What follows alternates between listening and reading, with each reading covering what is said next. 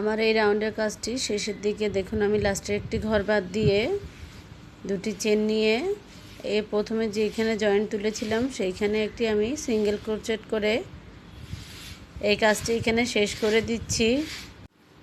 এখন আমি 3টি 4টি চেন করব, করে আমি পরবর্তী দুটি চেনের গ্যাপের মধ্যে একটি ডাবল হুক সেট করব।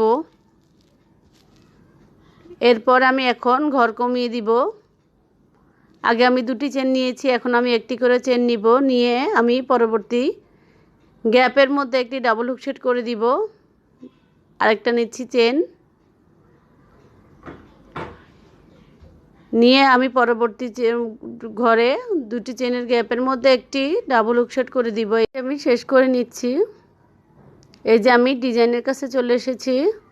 এখন আমি একটি চেন নিয়ে পরবর্তী দুটি চেনের গ্যাপের মধ্যে 3টি ডাবল হুক সেট করব।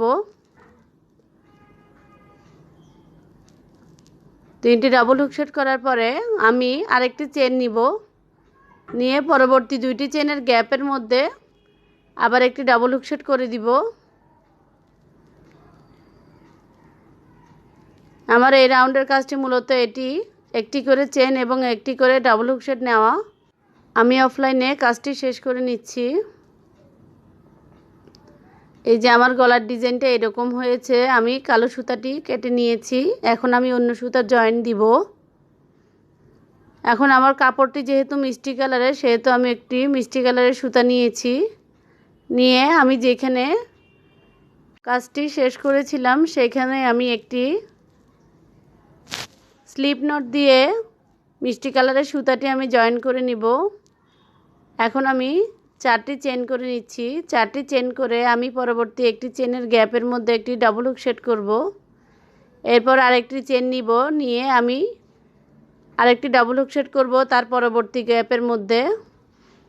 আমার এই রাউন্ডের কাজটি মূলত এটি, একটি করে চেন নিব এবং একটি করে ডাবল হুক সেট নিব। আমি এইটাতে অন্য কোনো ডিজাইন ইউজ করব না।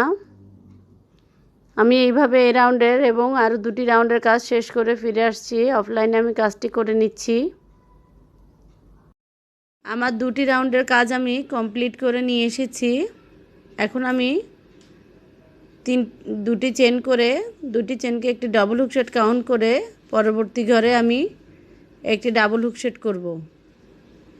এর পরবর্তী ওই ডাবল হুক সেটের ঘরে আমি আরেকটি ডাবল হুক সেট করব এবং পরবর্তী চেনের গ্যাপের মধ্যে আমি আরেকটি ডাবল হুক সেট করব। এইরকম করে আমি প্রত্যেকটা ঘরে একটি করে ডাবল হুক সেট করে দেব। আমার একদম লাস্টের ডিজাইনের কাজটি এইভাবেই হবে।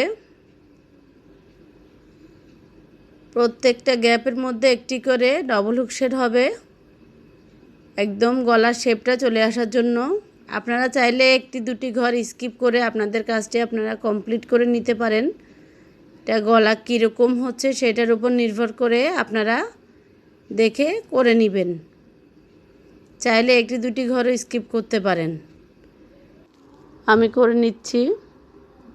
এই যে আমি অফলাইনে কাজটি করে নিলাম, আমার গলাটি এরকম হয়েছে।